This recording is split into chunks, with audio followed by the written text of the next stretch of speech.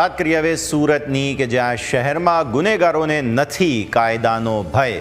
શહેરમાં કાળજું કંપાવે તેવી ઘટના સામે આવી છે। વાડી ફળિયા ચકાવાડી શેરીમાં બે યુવકો પર જીવલેણ હુમલો કરવામાં આવ્યો। 4 ઇસમોએ બેટ વડે બે યુવકો પર જીવલેણ હુમલો કર્યો છે। લુખ્ખાઓએ યુવકો પર માથામાં બેટના ફટકા માર્યા હતા। આ હુમલાના હચમચાવતા સીસીટીવી સામે આવ્યા છે। યુવકો પર આટલી ક્રૂરતા અને નિર્દયતા છતાં પણ ફરિયાદમાં સામાન્ય મારામારીનો ઉલ્લેખ કરાયો હોય તેવી પણ વિગતો સામે આવી છે। તો અત્યારે ફિલહાલ આપ સુરતના આ સીસીટીવી દ્રશ્યો નિહાળી રહ્યા છો। બેટના ફટકા મારવામાં આવ્યા હતા। પંડોળમાં રહેતા રાહુલ નામના યુવક પર હુમલાની ઘટના સામે આવી છે। સીસીટીવી પણ સામે આવે છે।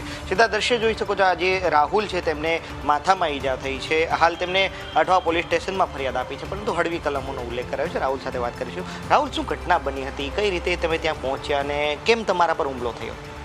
હું મારા જૂના ઘર પાસે રહેતો જતો હતો। તેમાં મારા ફ્રેન્ડ સાથે હું મારા જૂના ઘર પાસે મારા સુખાનંદ વ્યાયામશાળા છે ત્યાં મારા ફ્રેન્ડ સાથે ગયો। ત્યાંથી અમે લોકો ચાની હોટલ છે ત્યાં ચા પીવા ગયા તો એનો જે ભાઈ છે એ મારા ફ્રેન્ડ સાથે થોડી બોલાચાલી થઈ તો એને હું પકડવા ગયો તો એને લાગ્યું કે હું એને મારવા ગયો, પણ મારવા નહીં, એ ભાગી ગયો।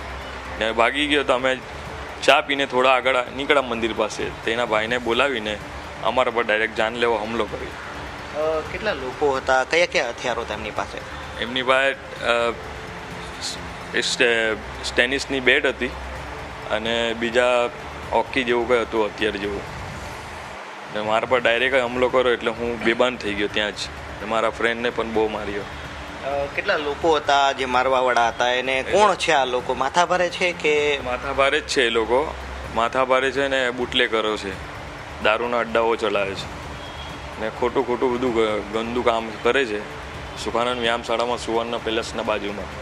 આ લોકોની વિરુદ્ધ શું કાર્યવાહી થવી જોઈએ? પોલીસમાં અરજી આપી છે, તમે ફરિયાદ આપી છે, પણ હળવી કલમો લાગે। તમારા મતે શું કાર્યવાહી થવી જોઈએ? હું હોસ્પિટલમાં દાખલ હતો આઈસીયુમાં। હું જ્યારે મને આઈસીયુમાંથી જ્યારે બહાર કાઢ્યો ત્યારે પોલીસવાળા આવીને મારી સાથે, મેં એમને કીધું પણ કે મને ગંભીર ઈજા થઈ છે તો મારે તે બોલવામાં સ્ટેટમેન્ટ અપાશે નહીં, તમે હમણાં સ્ટેટમેન્ટ નહીં લેતા।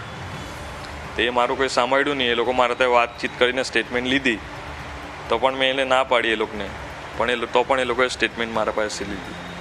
આ લોકો પર કેવી કાર્યવાહીની માગણી કરો છો? તમારા પર હુમલો કર્યો, કડીથી કડી સજા થવી જોઈએ એ લોકોને, ને ખાસ મારા પર જાને હુમલો કર્યો અને મને મારવાની ધમકી આપે છે।